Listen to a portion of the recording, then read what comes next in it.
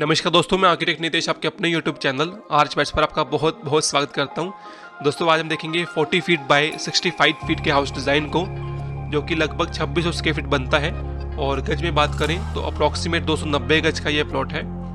Total 4 bedroom हमने provide करे हैं, जिसमें से एक मिलेगा ग्राउंड पर और बाकी के 3 फर्स्ट पर। और पूरी कोशिश रखी गई है कि सभी बेडरूम्स को उसका वॉक इन क्लोजेट और टॉयलेट भी मिल जाए। बाकी ये इस प्रोजेक्ट की डिटेल्स हैं, आप चाहें तो एक बार इसे गो थ्रू कर सकते हैं, जहाँ पर प्राइसिंग, कवर्ड एरिया, रूम्स वगैरह सब देखने को मिल जाएगा।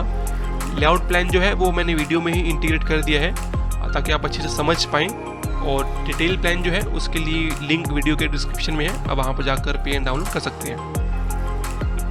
अगर क्रॉस वेंटिलेशन की बात करूँ तो उसके लिए चारों तरफ हमने सेटबैक प्रोवाइड करे हैं। इसमें से मेजरली आपको फ्रंट पर मिलता है अप्रोक्सीमेट 12 फुट का, और लेफ्ट राइट और रियर की तरफ हमने 2 फुट का रखा है। आप उसको 3 फुट कर सकते हैं बिकॉज वो ज़्यादा प्रैक्टिकल साइज हो जाता है।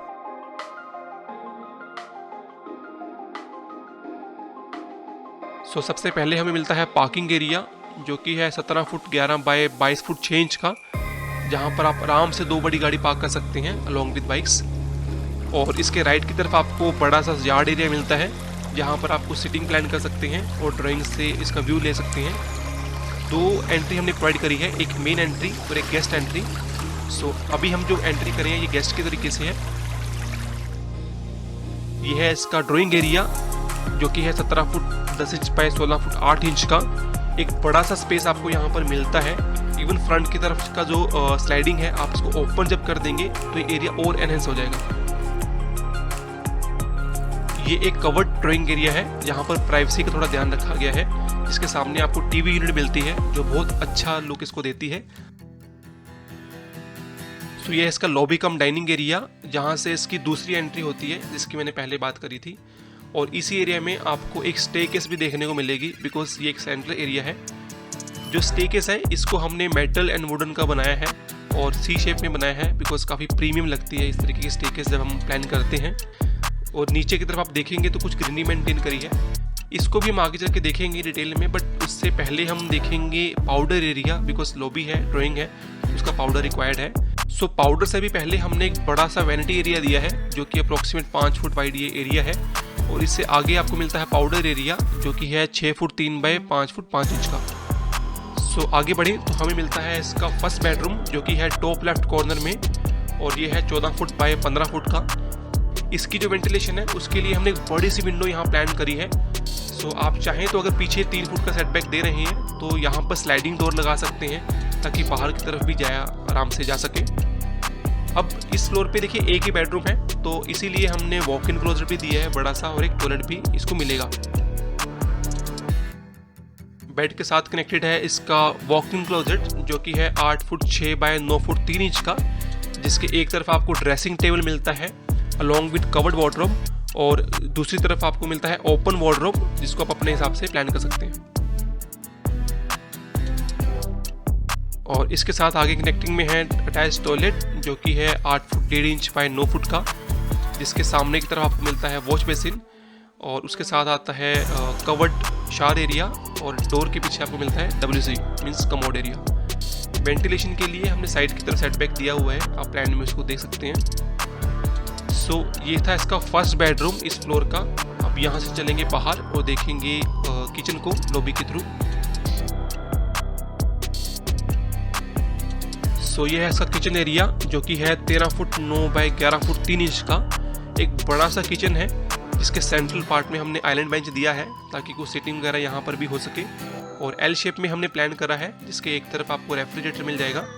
इवन इसके दूसरे वाले पॉइंट में हमने एक टॉल यूनिट प्लान करी है, जिसको हम डबल डोर पेंट्री बोलते हैं।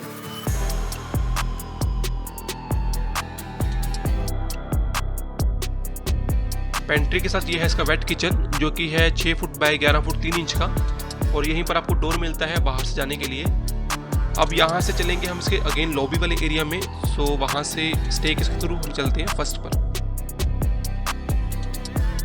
ये है इसका सेंट्रल स्टेयरकेस, जिसके नीचे हमने कुछ ग्रीनरी मेंटेन रखी हुई है। आप चाहें तो यहाँ कुछ वाटर फाउंटेन लगा सकते हैं। अब ये सी शेप में स्टेयरकेस है गाइस, जिसका मतलब होता है कि आप ऊपर बिल्कुल शैंडलियर लगा सकते हैं, ताकि लाइट जो है वो बिल्कुल नीचे स्प्रेड हो जाए, बिकॉज ओपन राइजर है। साइड में आप देख सकते हैं कि बड़ी सी विंडो हमने प्लान करी है। सो डे टाइम में यहाँ पर प्रॉपर वेंटिलेशन होगी और नाइट टाइम में ये शैंडलियर से लाइट यहाँ पर स्प्रेड हो जाएगी। ऊपर चलते हैं तो हमें मिलता है लॉबी एरिया, जिसमें कुछ सीटिंग हमने प्लान करी है।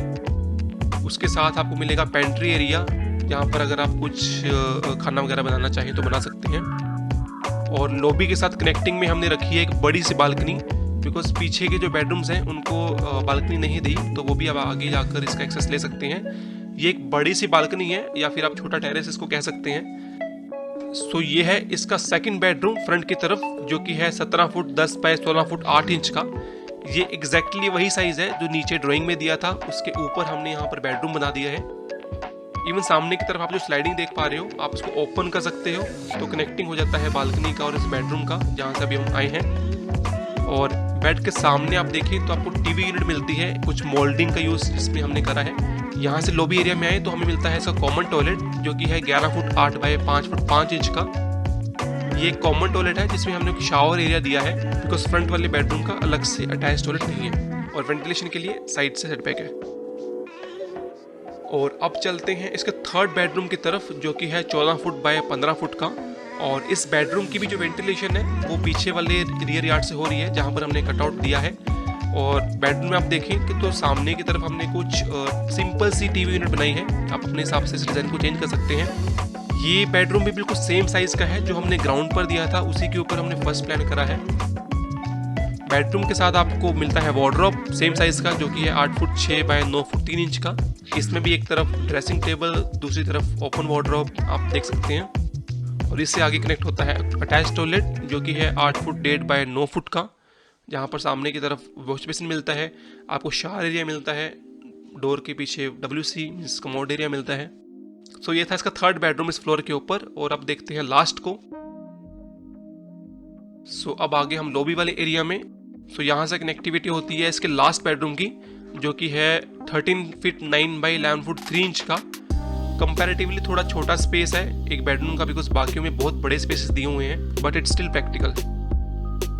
इस बेडरूम को भी हमने ड्रेसिंग टेबल दिया है, जो कि है 6 फुट बाय 4.5 फुट का, जहाँ पर एक तरफ वार्डरोब है, दूसरी तरफ आपको मिरर मिलता है, ड्रेसिंग टेबल मिलता है। और यही से कनेक्टिविटी होती है इसके अटैच टॉयलेट की, जो कि है 6 फुट बाय 6 फुट 6 इंच का। यहाँ पर भी पहले आपको बेसिन मिलता है, उसके बाद शावर एरिया है, विद WC है, और जो वेंटिलेशन है वो साइड वाले एरिया से हो रही है। सो ये था गाइस इसका फर्स्ट फ्लोर, जहाँ पर हमें टोटल 3 बेडरूम देखे, जिसमें 2 टॉयलेट्स थे अटैच्ड और एक कॉमन टॉयलेट था।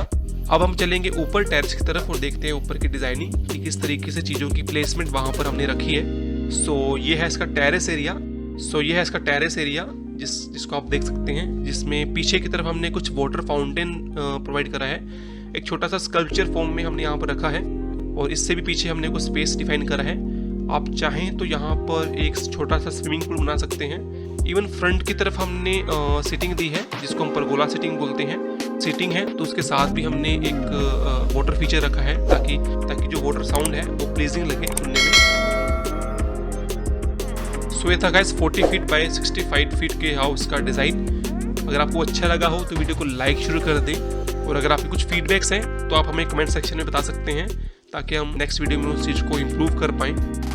बाकी प्लान के लिंक्स वीडियो के डिस्क्रिप्शन में है, अब वहाँ पर इसको पे एंड डाउनलोड कर सकते हैं। वीडियो को अपना कीमती समय देने के लिए बहुत बहुत धन्यवाद दोस्तों। नमस्कार।